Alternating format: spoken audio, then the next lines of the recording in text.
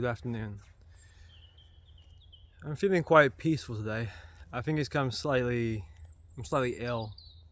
I left the heat on all night. It's like drying my throat, and I was already coming down with a bit of a cold. So when you're dehydrating, your vision's a little off. So I'm feeling kind of like I want to be quiet, but that's nice because when you come out here, the trees and the birds and the sky, they sort of soothe you and they help bring it all together, which I guess is what I want to talk about in this video anyway. I want to talk about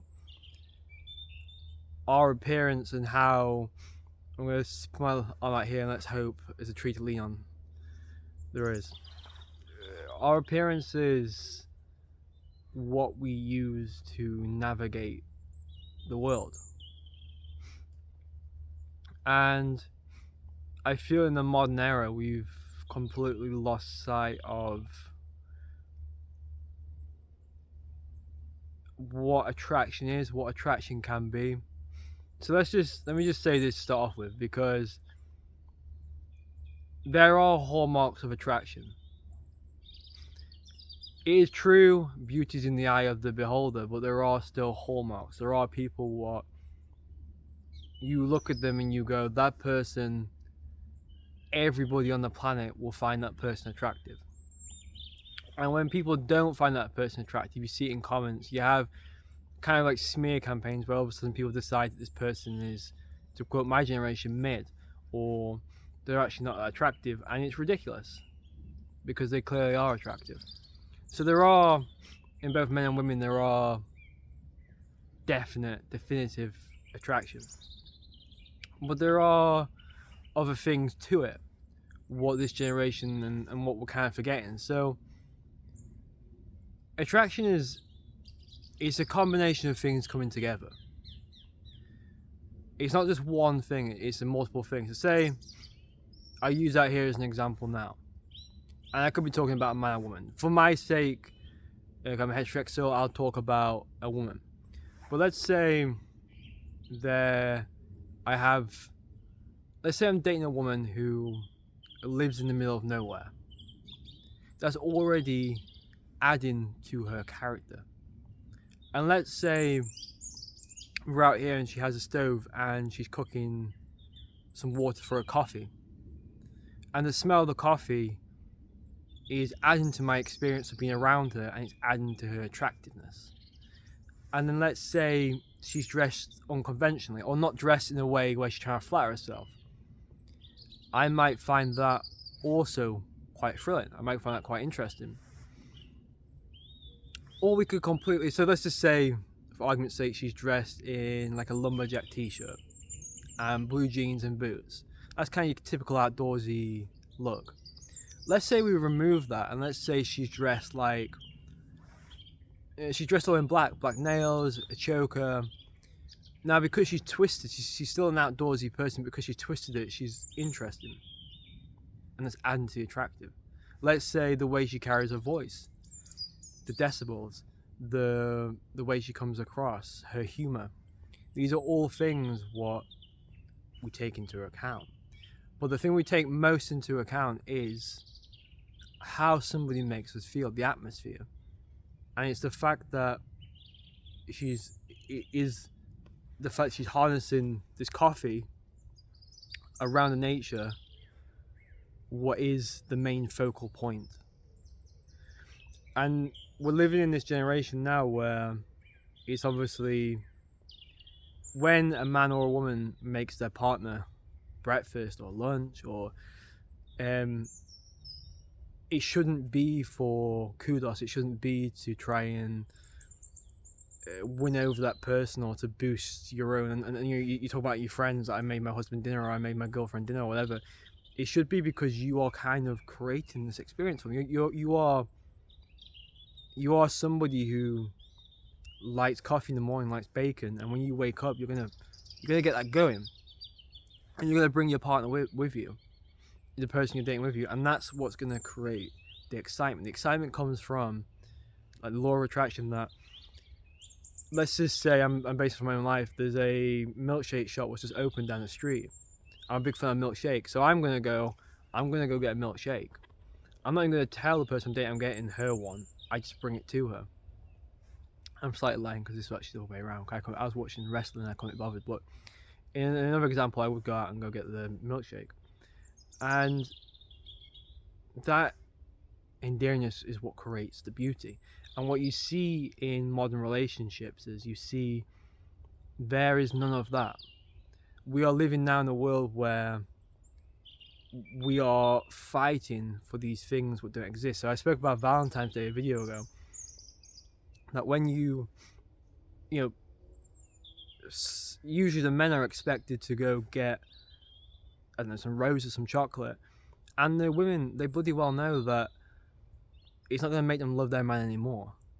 If you don't love the man already, the relationship clearly isn't working. I ripped this fur bit the other day. Obviously fake fur.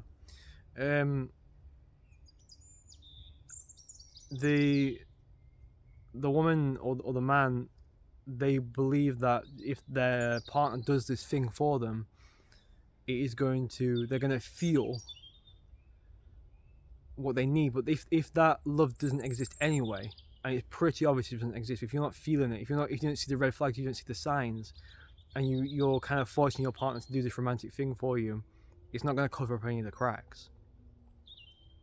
When we approach dating now, we go for the wrong things. We're expecting now, again, as I said in the beginning of the video, if you are, let's say, a high functioning person and you work out and you are ambitious and in some sort of way maybe you expect a lot in life, other people, if we're not like that, we have to kind of accept that we are going to have difficulties dating this person. That's the second part of it. But then the other part of it is, if you are the person that's highly ambitious, you have to be ready to view people what might not have it all together yet, but then has the values to have it all together. But sadly, in natural selection, if you like, that's kind of a rare thing. We do date off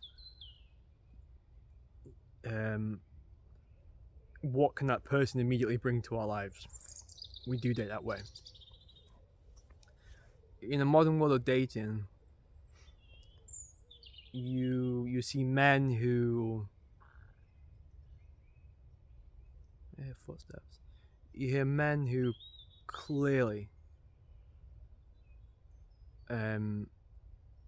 don't have anything together. They're not that hygienic, not attractive, and they are waiting for a 10, they're waiting for a 9, they're waiting for an 8, a 7, whatever, when they don't have it together, and they get angry because they expect that they should get that, or they think they have qualities that deserve them to have that, but they just aren't getting it, or they are really ambitious and they fucking hell, and then they work out. I'll have to cut down a little bit.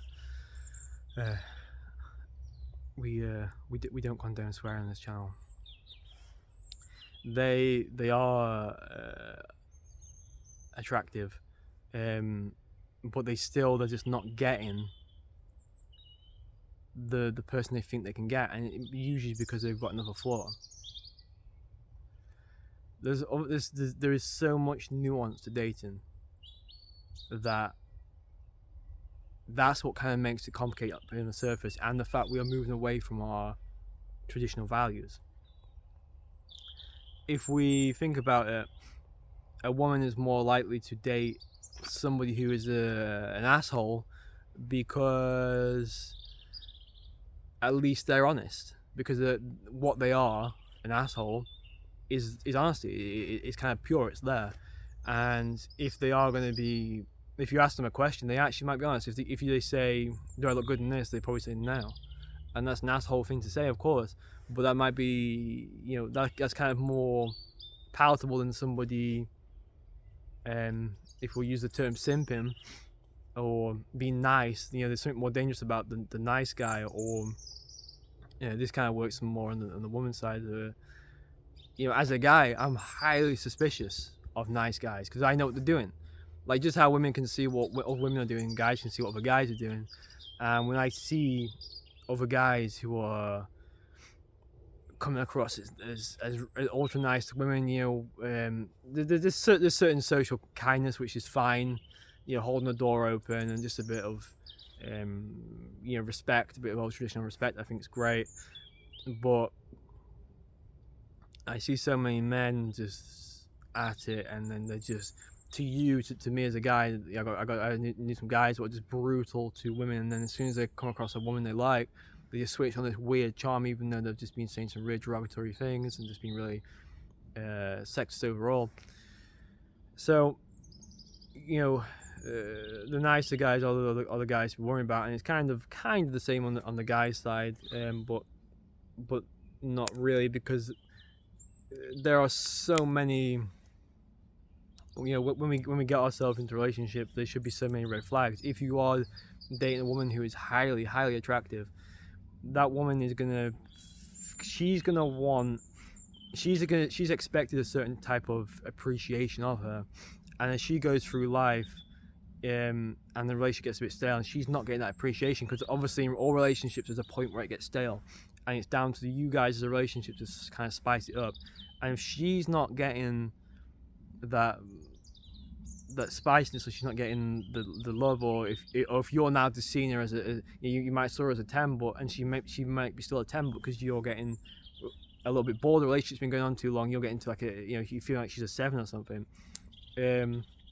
She'll know that, and then that's when she'll start acting out. So there is this thing that if you're dating somebody hyper attractive, or somebody, I don't think that's a phrase, I just like throwing hyper in front of that word, but if you're dating somebody who is really attractive, you are going to face problems in your life. And it doesn't mean that the person who's attractive is going to cheat. It doesn't mean that person who's attractive is like that. But there comes another point with it. There comes with your own insecurities, etc., etc., etc. So there's so much nuance to dating, what you have to think about. But I actually would say the beauty of dating, it should be that you don't think about any of this sort of stuff, and it should be the natural story of you meet, you come across somebody, you have good chemistry, you quickly decipher if you're going to start a life together, or is it just going to be a fling or a romance. And if you're going to start a life together, you let it blossom, you let it grow, and you don't try and fan the flame, you just let it go. And it doesn't matter who's more attractive, doesn't matter who earns more money, and you will create this kind of beautiful thing, and you'll become in sync, and that's how it is. That's kind of the simplicity of it. I mean, I think the relationships before us, so I'm missing a little bit. You have to then. So I wasn't finding much luck in my area. I wasn't really finding people what I really wanted to date. I wasn't finding people my own wavelength. So it was when I went traveling that I met my fiance, and that happened in the sense that because I'm passionate enough to go travel and she's passionate enough to go travel, we're both meeting in a mutual standpoint, you see. So it is a bit like that thing of, if you go, but this isn't always the case. Say if you're into chess and you go to a chess club and you see somebody playing chess, it's pretty likely that you have things in common, but that also doesn't work as well. If you have things in common, that can also be a bad thing. Me and my fiance are opposite people, and that's also what kind of brings us together. We have the same values, the kindness and the humor and ambition, etc., etc. So we can relate on them, but then as people we're both different. She's a bit more spiritual than me. She believes I'm an atheist. She believes in there's possibly something after death.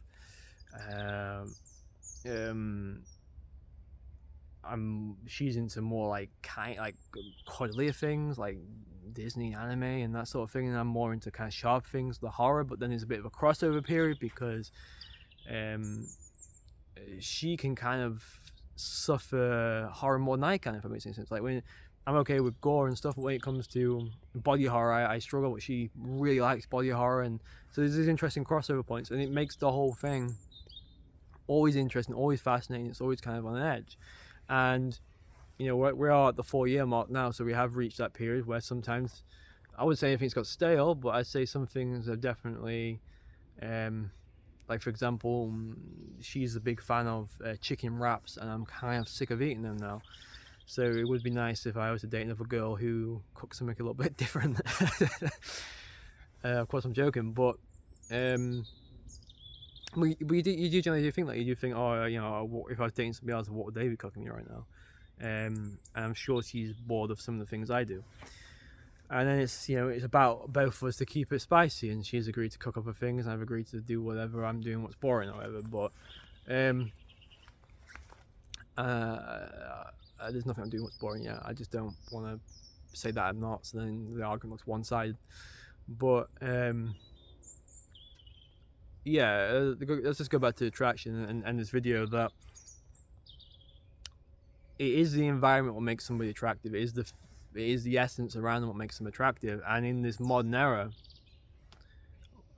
if you like, we are creating ourselves. So we have to have a certain number of likes. We have to take pictures.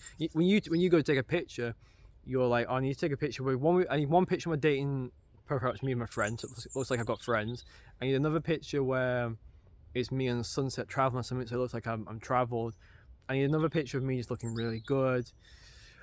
And of course, we have to sell ourselves with these assets. That's the problem. I mean, there is a sad truth that I would say that women predominantly will date a man if he's funny, obviously if he's got money. If a man doesn't have to be good looking, a man has other points. Whereas a woman, if a woman doesn't have the beauty element, she will find it harder. That's why there's obviously more of an obsession on women to maintain their health. Like there is this thing that, there's a whole wave of men what I believe in, that women are going to the gym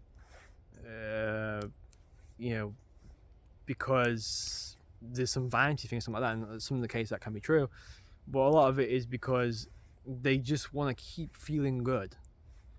And men feel good in another way. I think majority of men feel good when they've got the foot on an accelerator, and I guess they're kind of showing off, but women need that internal feeling. So it's important both sexes to understand that as well, because it is what's going to, you need to hone Chelsea. You need to understand that in life, you need to understand your place. So you might not be a 10 out of 10, and with that, you don't get annoyed at people who are a 10 out of 10. You understand that they have a harder thing to fill, because attraction and beauty fades. And you also kind of have to understand that, say if you're like a 7, that maybe you didn't mean you can't not get a 10, but we are all using, as I'm saying, like we shouldn't use these things to get each other. We are all using things to gain people. That is the truth. Whether it's your intelligence or your humor or whatever it is, you do need those things. There's no way about it. There are people what are wet blankets and they have stunning husband or wife, whatever, and you think, well, how have they pulled that? And it's usually some other point. It's usually Jesus Christ. It's usually money. Jesus Christ, and no, I'm saying I'm an atheist. It's usually money. It's usually the position they're in, or it could be ease. They could have been forced into it. They could have just given up. I can't find a guy. I'm just gonna go for this guy. So there's always reasons why people are dating. Everybody has a reason why that person's dating. Everybody has something where that, at the end of the day, we're all humans and we're all kind of cut from the same cloth and we're all coming from the same sort of place. So there isn't too much complication in there, but there is a lot of complication in the nuances of who we date. A lot of, I see this a lot, mainly women. Women will they get guys and do them up to be the guy they want them to be.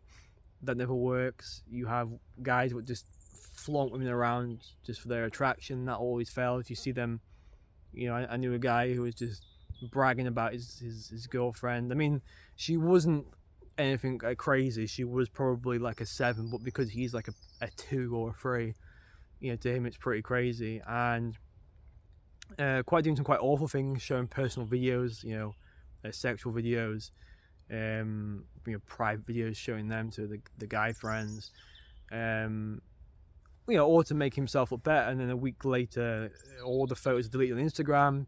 She no longer exists. He's posted a message saying his life's over, and then I have this thing where I'm kind of like a ride or die type person. So even though if I don't approve of what somebody's doing, they'll never get in my inner circle, if you like. But if I have some sort of connection, this person's like an old acquaintance. I went to primary school with them.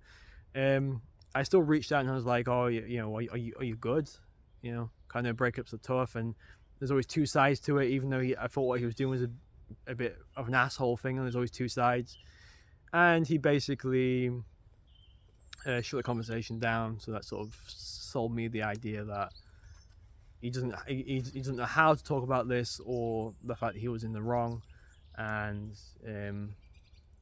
I think he's now realizing, because he doesn't really post much, he's very quiet and one word answer. I think he's realizing that he had something great in his life and he showed it off, and instead of focusing on those values, he ruined it. You have to always not worry about what the world's doing around you. You just have to focus on what it is you've got. Like you gotta hold on to if you've got something, you gotta hold on to them. You don't worry about posting, but don't worry about whatever. You just gotta, if you go on a date, enjoy that moment for you, because that's. I was in a cafe the other day, and I have 100 problems in my head. Am I gonna be successful with this? Am I gonna do that? Does that person like me? Do I have enough money for this? I have all those, all the life problems, all the nonsense we all deal with every day. And then you go into a cafe and you look around, and there's people. I wouldn't say I'm a jealous person, but I'm definitely somebody who is always a little anxious about I'm not doing the right thing. And I remember I kind of went to university. And I remember looking around, and I was like, all these people studying. I basically was a kid who was never told I was intelligent, and then I got older and worked out I was intelligent. It was a little too late for me to start university or anything like that, and now I'm too busy in my life to do open university or something.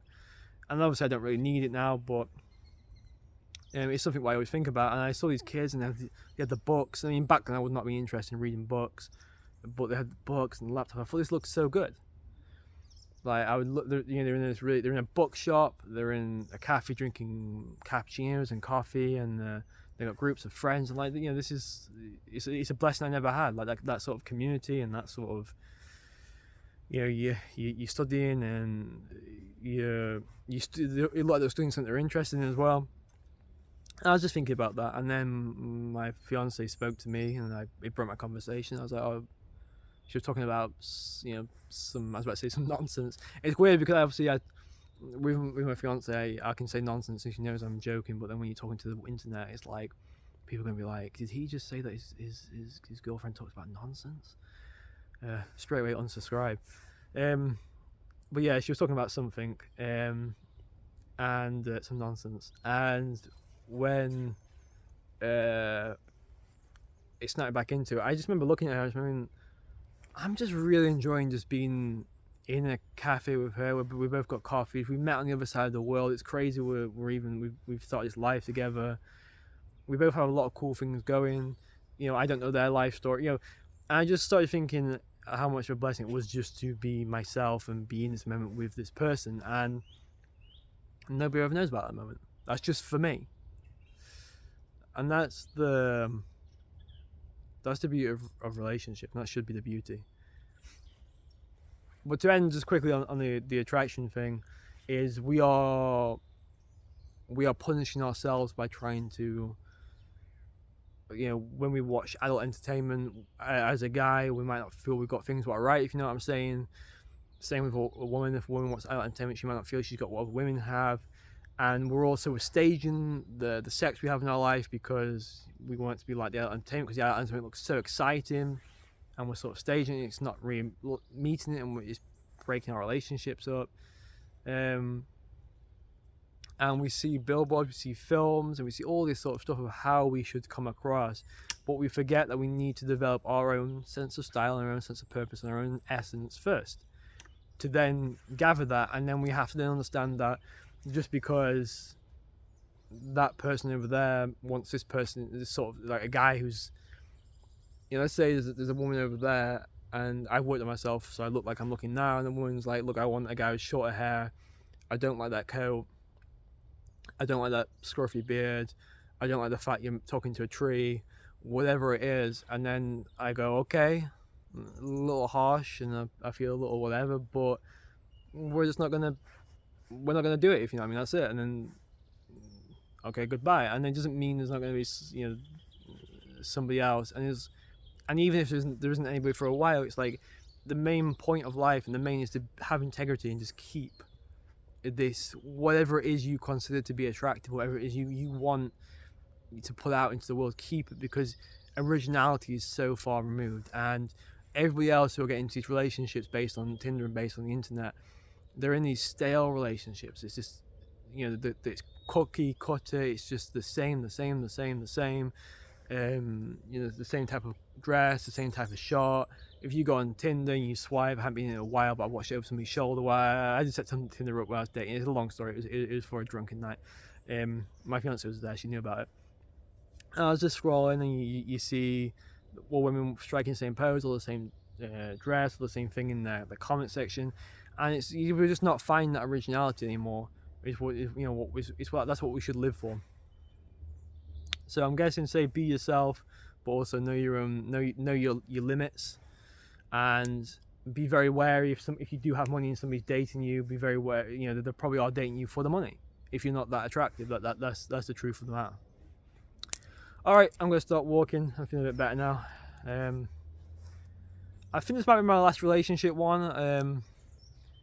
I still don't feel like I've covered it all entirely, but I might move on to anxiety next. I think that's gonna be pretty critical. We'll see what happens. I think I might have a few relationship ones. I think I might maybe work more of a list next. I've got a list of things, what I see of issues and stuff. I might do one last video just sort of going through the list and just talking about what I see, what's happening in the modern world, and how we can get past it. Okay, ciao.